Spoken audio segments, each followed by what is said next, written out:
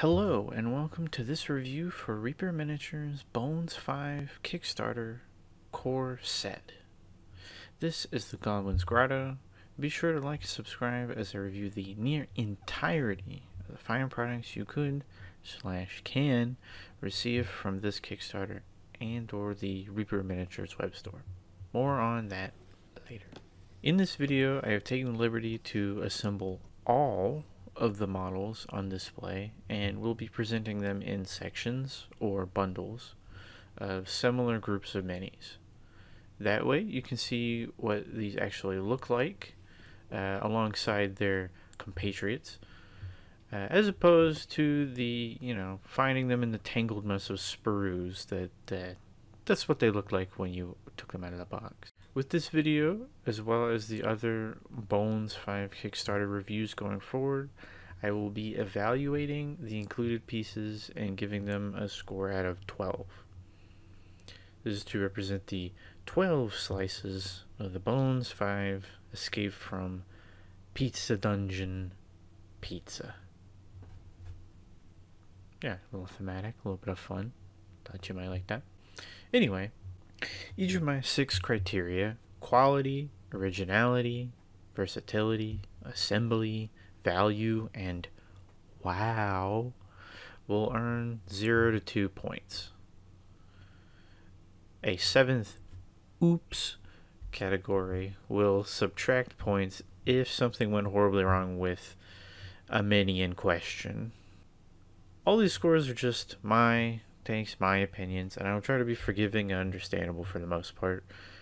For instance, if something was missing, I understand that Reaper is very good at replacing anything missing during their Kickstarter, so I will only hold them to so much for that mistake. Now, what exactly are we reviewing anyways? Well, today we are reviewing the Bones 5 Escape from Pizza Dungeon Kickstarter Core Set.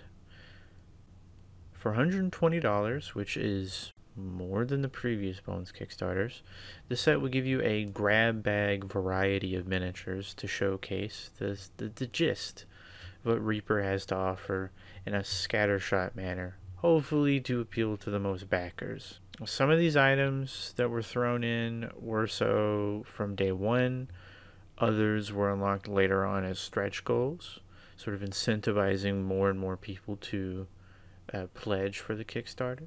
It's also worth mentioning that the core set was later on broken up into sections of minis, which will be serving as the basis of the sections I'm breaking them up in today. They broke them up so you could buy them individually. I didn't personally take Reaper up on that offer, but if you did like a particular group of minis, you could get a bunch of extras. Alright. Enough with the housekeeping. Let's get a look at some actual minis now, huh? First off, we have the player characters and NPCs. Depending on what you include, this is roughly 18 or so humanoids, most of which do appear to be human. This group would have a lot of versatility on the tabletop. You need a couple of nobles. Is one of your party playing a witch or a dwarven brawler? Maybe the group's going toe-to-toe with a horned anti-paladin. You can really get a lot of mileage out of these pieces, and most of them didn't even require any assembly.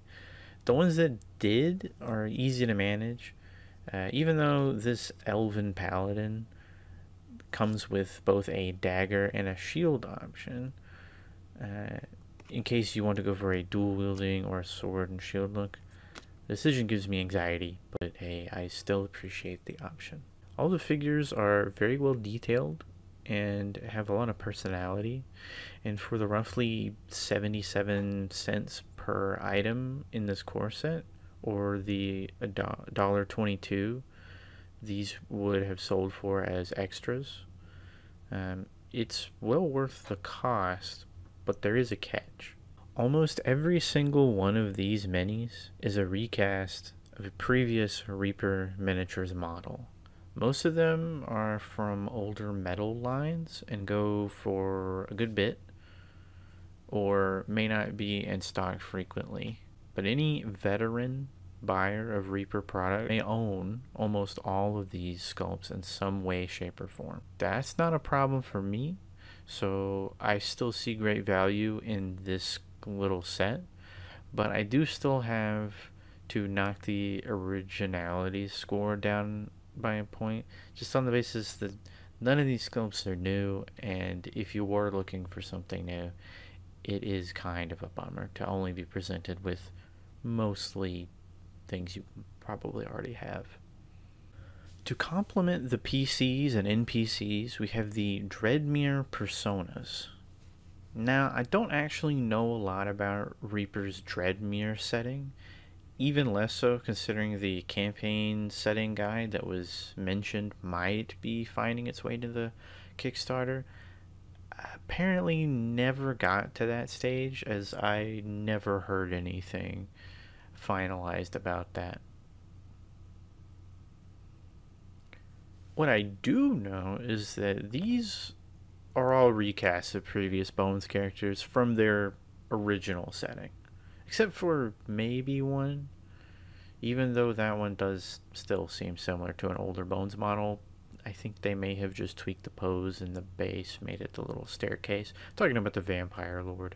He's the only one I couldn't find an old name for, but it's possible he's also kind of a recast. Given the iconic nature of these figures, you probably won't see them casually placed in a town square or joining a rough and tumble group of bandits. But if you need a figure for that important lifeline the party's always relying on, or some major foe they've been trying to thwart, these would fulfill that glorious purpose quite well. Like I said, I don't know who these folks are, but they are looking pretty dang cool. My favorite is this hammer-holding paladin, or cleric. Everything from his facial hair to his ready-to-rumble stance just works for me. Honorable mention has to go to this creepy witch character with their potion bottles and that awful grin, as well as this elven druid who looks just a little bit similar to another elf druid that I know of. Even at the extras cost of about $1.33 each, this would still totally have been a bargain. But hey, I don't have to go buy them in the extras because I got them in the core set. I have minis if you have coin.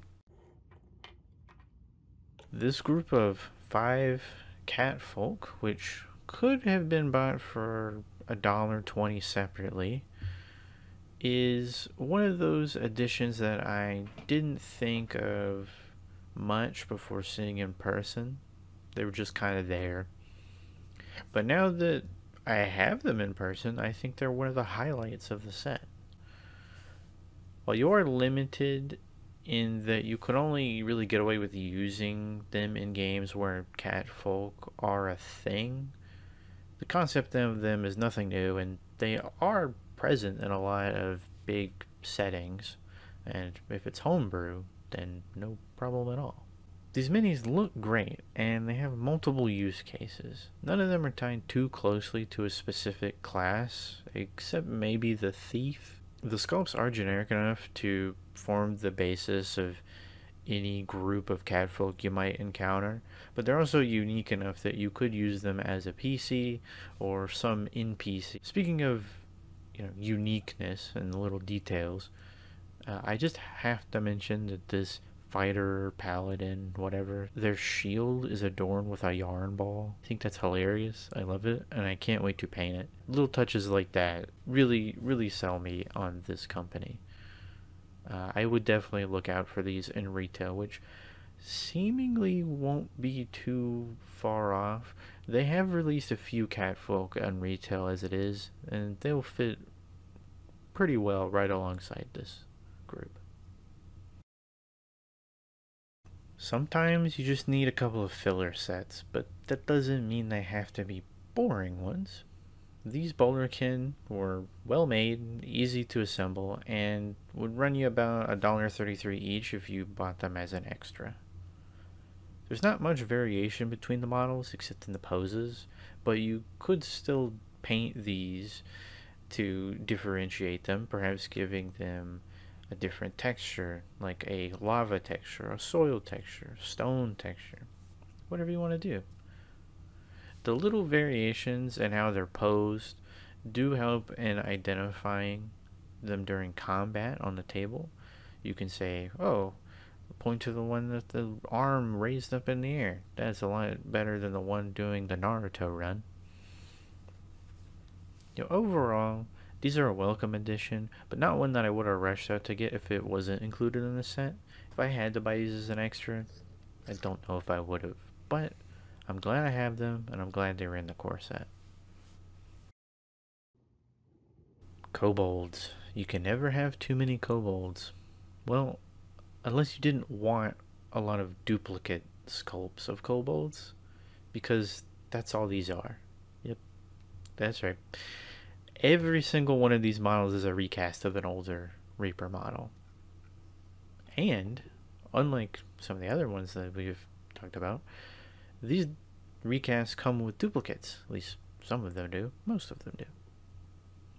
All of the infantry here, the non-unique looking ones, come in pairs. So, if you already had them from before, now you have even more. Now, this isn't a big problem for me, but it's worth noting. I don't mind the duplicate horde members. The scopes are all fine. No slinger though, so that's a bit sad. But my real interest here are in the multiple unique models, the little bosses here. There's this executioner type guy, this spellcaster with their stick with a skull nailed to the top of it, and this lady with a cleaver guarding a little pup. Those are just some of my favorites, but they're all pretty great. Yeah, but overall, these are nothing to write home about, but they are a great addition to the collection, and again, you can never have too many kobolds.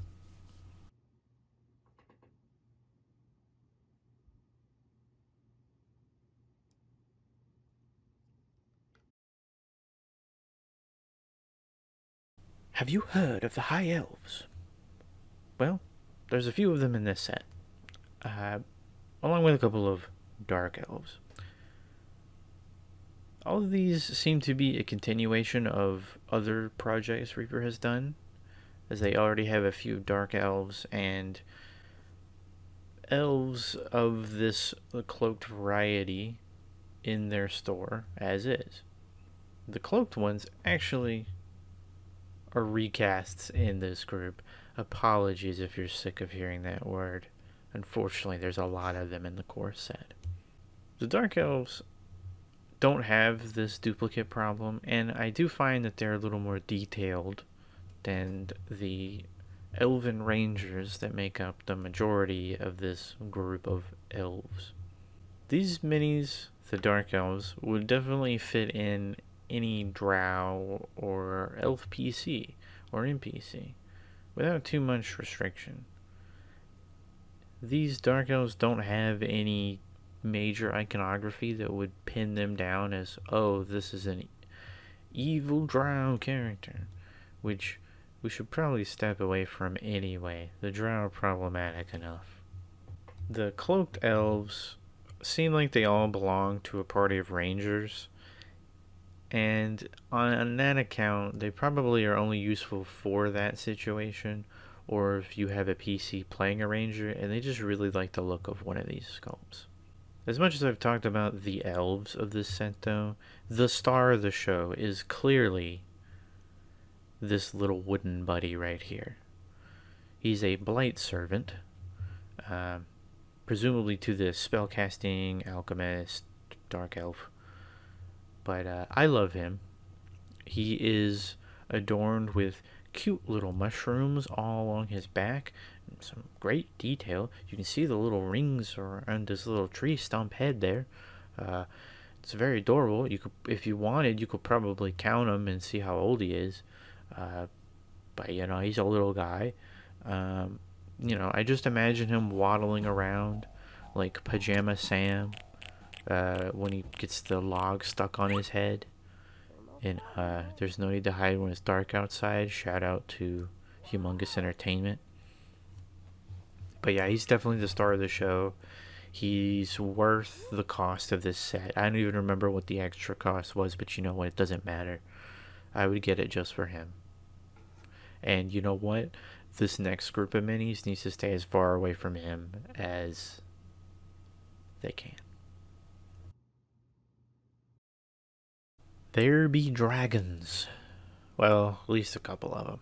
I do have a few bones to pick with these fire-breathing foes, and that's that they all seem kind of small. Not only that, but 3 of them are recasts. Again, those gripes aside, how are the actual minis? Well, they're pretty great. I think the smallest one, ironically, is my favorite. He's based on Reaper's old young fire dragon, and I think it's just the right size if you're going for a wily wormling. The other dragons are pretty cool too. The wolf and lion dragons are a pretty unique pair. You wouldn't really see a lot of those minis out there very often. Frankly, you probably won't use them very often either, but these would be the ones to pick up if you ever needed a wolf or lion dragon. Overall, I think these models are pretty alright. I'd be happier if some of them were closer to the scale that they look like they should be at. I mean, even the biggest among them is really stretching that 5th edition young dragon size range. And it doesn't stand up all that well either.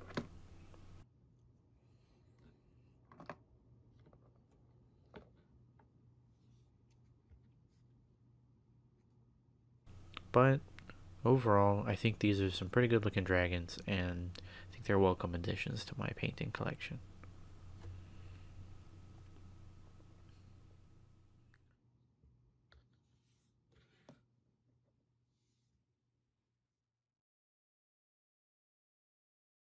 The Night of the Living Dead? Well, no. For me, it's about mid-afternoon. But we do have some living dead here. More specifically, some skeletons, a couple of reapers, a few undead wolves, and 1 zombie giant. Of this line, the Hourglass Reaper is the only recast that I could tell.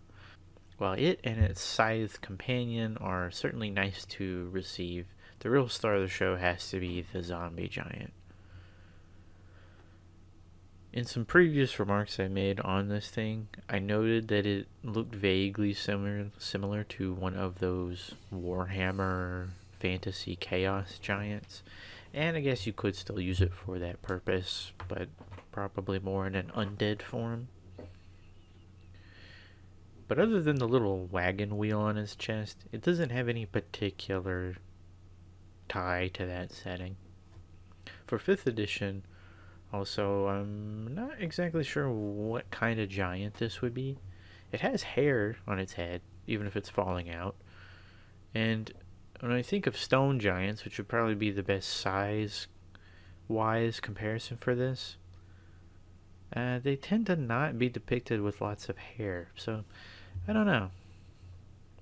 Maybe it's a fallen cloud giant? Hard to say. Size questions aside, this is a great model. I love the little buzzards pecking away at it and the one hopping along underneath. I also really appreciate the lumbering stance and the little bone splint it has on its right leg to keep it from collapsing. It really makes it look like this thing's been through a few scraps already. I definitely look forward to throwing this at some players someday. And when I do, maybe I can throw in these dread wolves alongside it. The smaller ones would be great stand-ins for most wolves. It'd be kind of nice if we got more than just 2 of them though. But yeah, can't really form a pack with only 2 wolves. The bigger one is clearly meant to be some kind of dire wolf. It is also some kind of messed up. They cast it in 2 halves which you were then supposed to glue together. It's hollow on the inside, which is why I haven't glued it to its base. But even putting the two halves together, you can see that there's some problems. It just has this awful line down the middle. It's an undead creature, so I guess that could just be some usual wear and tear, but it still doesn't look great.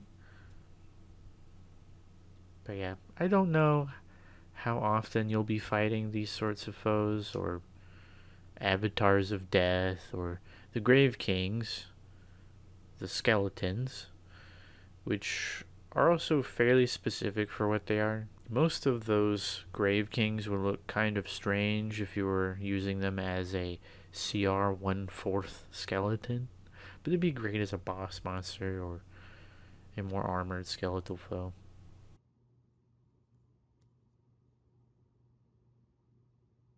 All in all, though, this is an excellent little group of minis, and I'm glad it was included, especially the giant.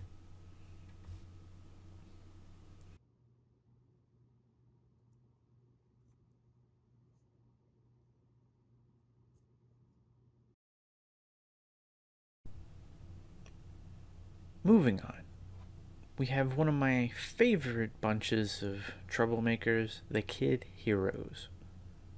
These are a series of child adventures that seem to be geared towards a specific archetype or a pair of archetypes or classes in, say, a game like D&D. They all are accompanied by an animal companion of some sort. With some of these, the animal is attached to the main child mini, but in other ones, they are free on their own base. My personal favorite pair of this bunch is the barbarian, ice fisher, harpoon, spear wielding girl with the little bear companion. That bear is just too cute. And it's on its own base, so it isn't tied down to being this kid's travel companion. Same goes for the ram or goat, the cat? I don't know what it is. Bobcat, maybe? The young wolf, and this wormling, which I guess could also be a big pseudo dragon, depending on what campaign you're in. Cuteness and characters and all that aside, this set may not be the most versatile in all situations. True, the freestanding animals can be used however you wish in those situations, but when it comes to the children, if you're not playing a child in a game or running a game with child characters, maybe because you don't want to run in a situation where they die, then this may not get as much mileage as some of the other items from this set.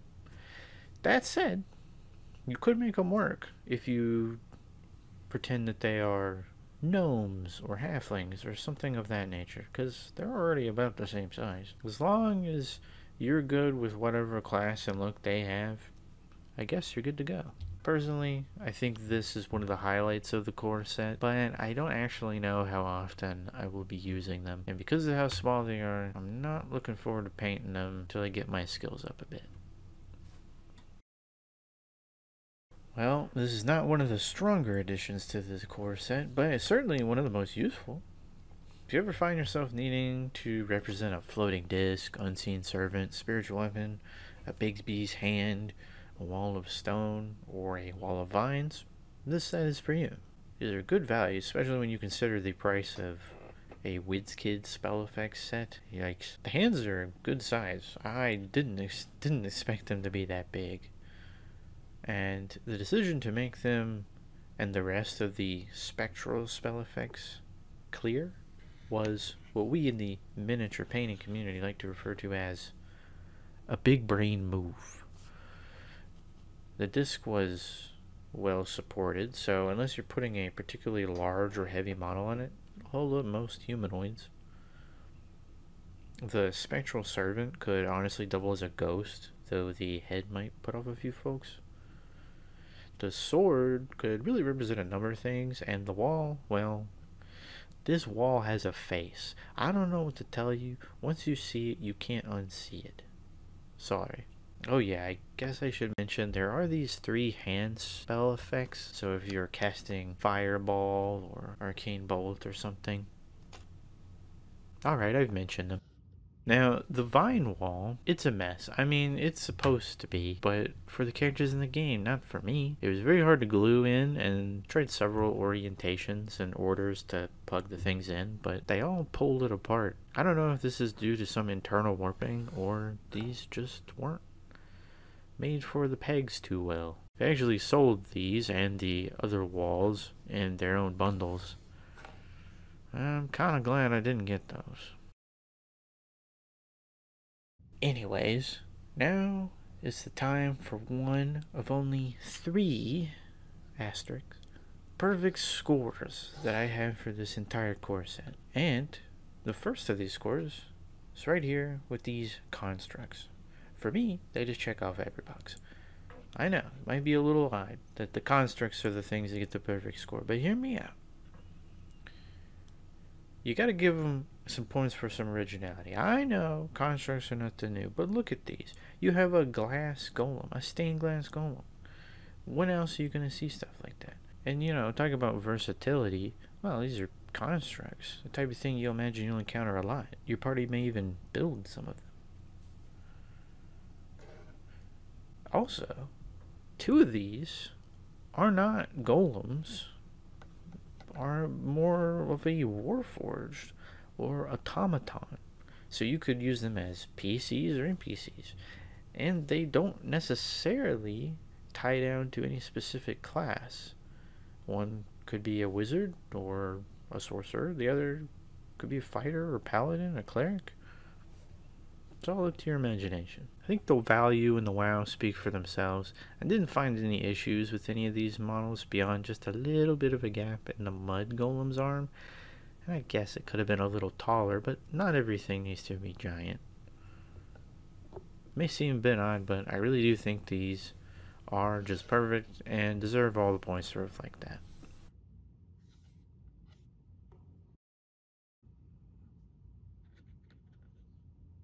Featured creatures.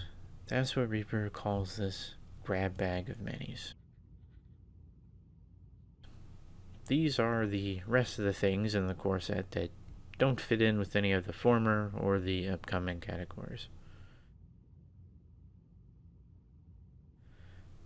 In it, you've got 3 trolls, one of which is wearing a cauldron on its head as a helmet.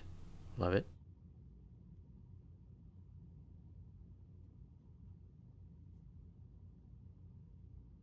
There is a celestial stag and a giant weasel, which are both recasts, but nice to have. There's a couple of orc or half-orc characters, one of which was a social media unlock, which I haven't fully glued just because of how the stuff would block parts of its back. And I found out later that it is, while a new sculpt, it is actually a rework of some older model. Some old Reaper fan favorite.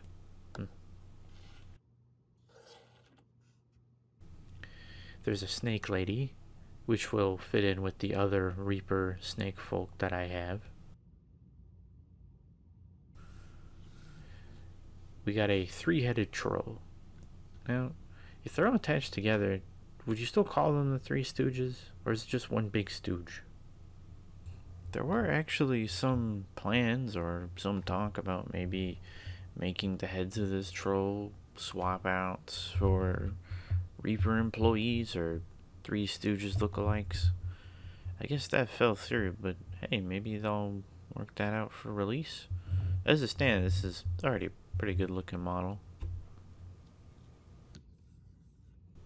Anyway, I also got a Dryad and their Briarlings recast, but more pressing.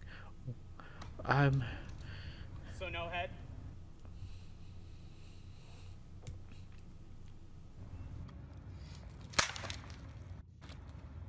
This one doesn't have a head.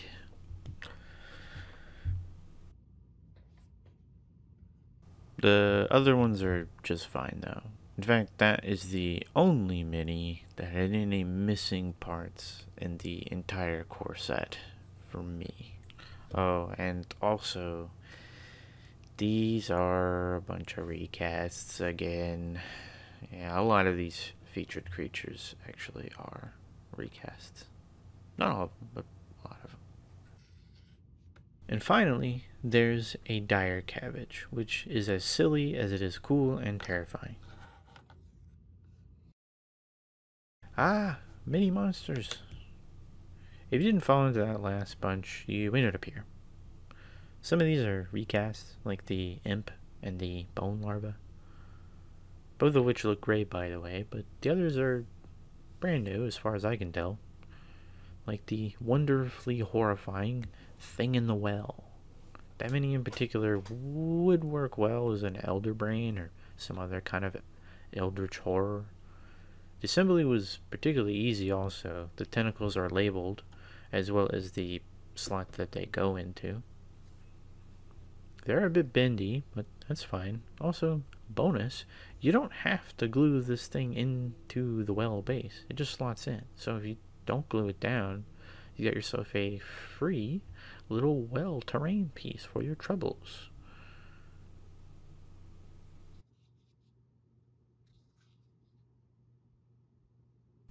Now, even though that mini is clearly my favorite of this group, I really like all the others as well, though these all suffer from a versatility problem. The thing in the well is, well, stuck in a well. Krampus is, well, Krampus, so unless you're taking some liberties using them as a very festive satyr, it's going to still be Krampus. And the rest are very situation specific, except for maybe the imp. He's just a big imp. Speaking of big, the Caddy Blepus isn't nearly as big as I would have thought. It's still a large-sized creature, but it just looks like it could have been a bit bigger. I guess that's kind of just one of those concessions we'll have to accept with it being in the core set.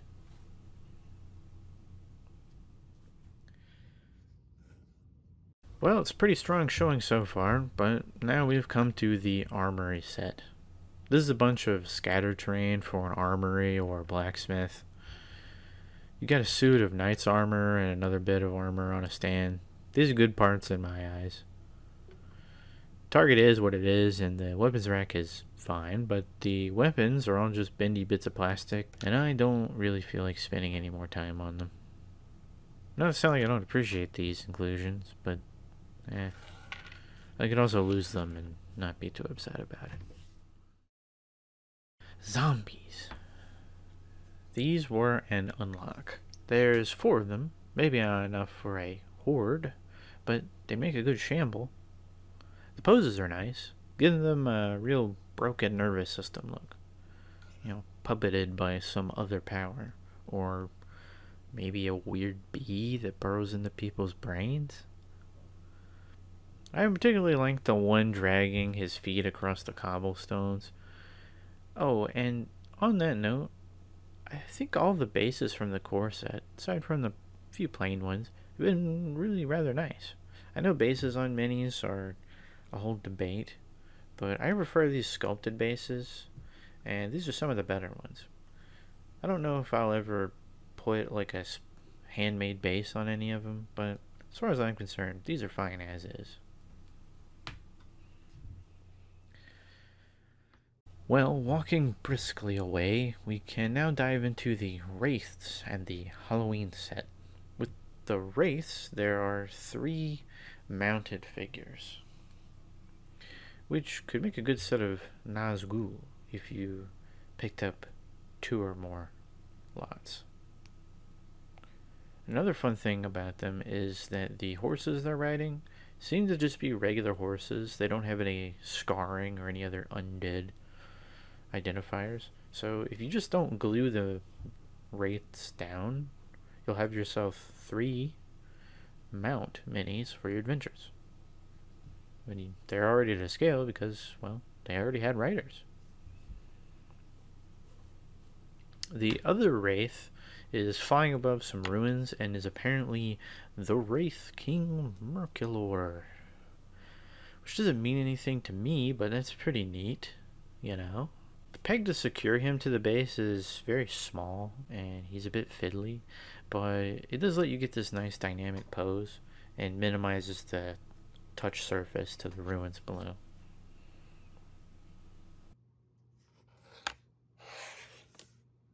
Finally, we have the Halloween set. This is just 2 minis, but they are both very nice. Also very specific. You have the Halloween Knight, haha.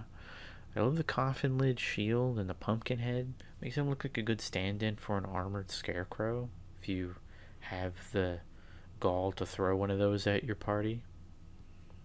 And then there's Hallows Eve. She has a lot of cool kit dangling from her, like the broom strapped to her back, but the arm with the scythe was just impossible to get to slot in however they intended. And ultimately, I just ended up picking where I wanted the arm to go, and I just glued it in, hoping for the best. I think it worked out well, but it was a bit of a hiccup.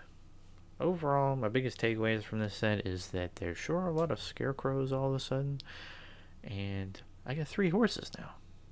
Nice.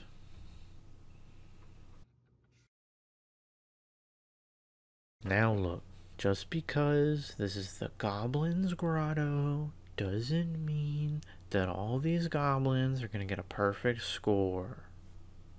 They did, but that's because they're just that great.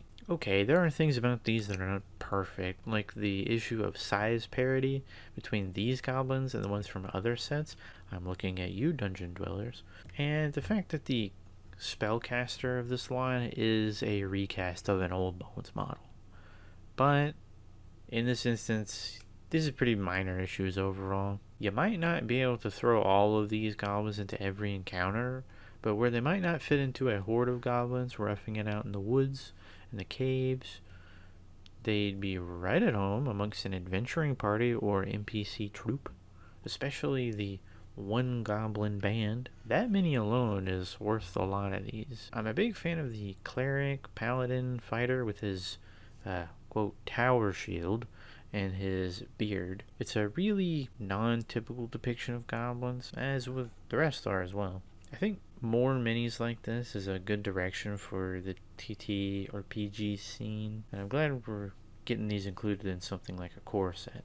And wow, I thought that 1 goblin band was going to be hard to glue together, but it was actually very easy, so well done. Alright, we're getting down to a few single figure sections here. We'll start off with the Loot Golem. It was an unlock that the Reaper decided to cast in clear. I'm glad they did. There's lots of gems and other little details here that could easily benefit from not having to be opaque. A golem formed from all of your wealth and magical items sure is a cool concept. And this does look great. I don't know how much use any of us will get out of it though, but it is cool to have, and essentially for free.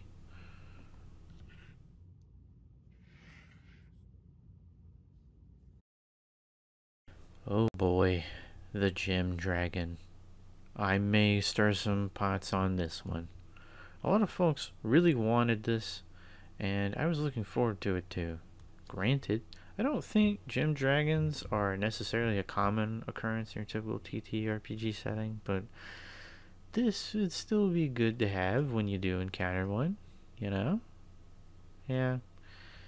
But only if it's a small one. Yeah, it's definitely a large size creature, but maybe not as big as you'd think.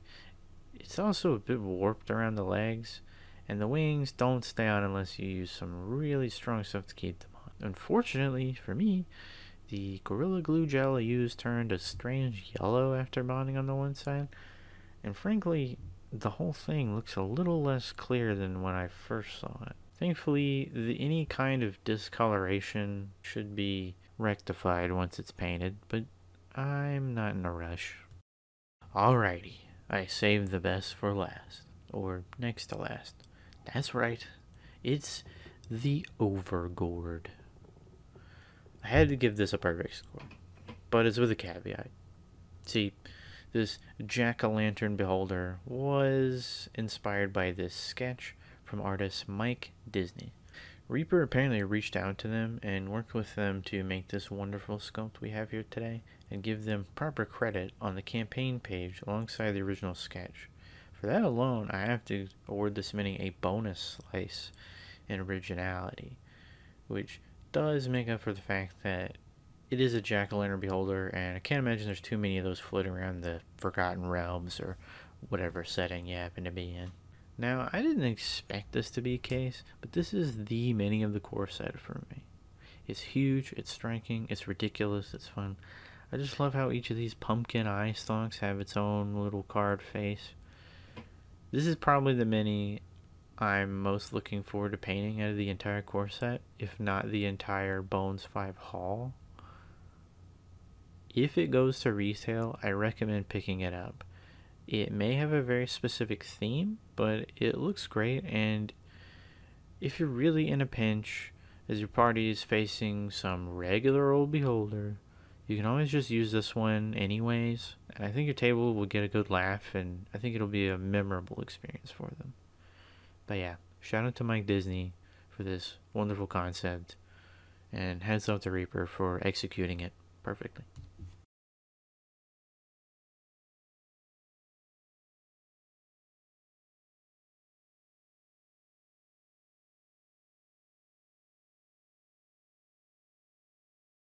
Well, we did it. We're here at the end of the review. Before we wrap up, there are a few final bits to talk about, including a few final additions to the core set that just didn't fit into any of the previous sections. For one, you have Petey, the Pizza Dungeon mascot. He's a welcome addition to my collection, but I don't know that he'll ever get any play. It'll be fun to paint, though. My little quirk with him being in any game is that, well, as opposed to looking like a person in a dragon mascot suit holding a pizza, he seems to be an actual little dragon holding a pizza. Next, the Kickstarter also includes a set of Sophie's Lucky Dice. Sophie is this succubus character that is sort of the unofficial official mascot for Reaper Miniatures, appearing in all sorts of forms, and you can usually find some special release of them around any kind of Reaper event. Now, I don't know how lucky these dice are, especially considering there was apparently some snafu where not all of these ended up going to everyone, but I got mine, and you know, I can never have too many dice, so I'll take them. And last but not least, Reaper threw in a bunch of 1-inch and 2-inch bases, which were in a little baggie in my shipment, not actually included in the box. Same was the case for the dice in my shipment, but all the bases came to me. After averaging out the scores, the Bones 5 core set earned a respectable 9.3 out of 12 slices. Now, I don't know what 0.3 of a pizza slice is exactly, and I would rather have a whole slice than a 0.3 of a slice, also because I think this is a pretty good group of minis. So I'm going to go ahead and round that up. That ends up the core set having a 10 out of 12 slices. Pretty good, worth your money. But, you know, like a pancake to syrup, this set was perhaps the gateway to greater things. Oh, I should have used a pizza metaphor. Whatever. We'll dive into what all that means in the next video. Anyways, thanks for watching. Which mini was your favorite? Was it the OVERGOURD, like me? Let me know which one it was and why in the comments down below. Remember that the 5.5 Pledge Manager has a limited runtime, so if you're watching this while it's open and eyeing all of these minis, be sure to head to reaperminiatures.com and use the link they provided there.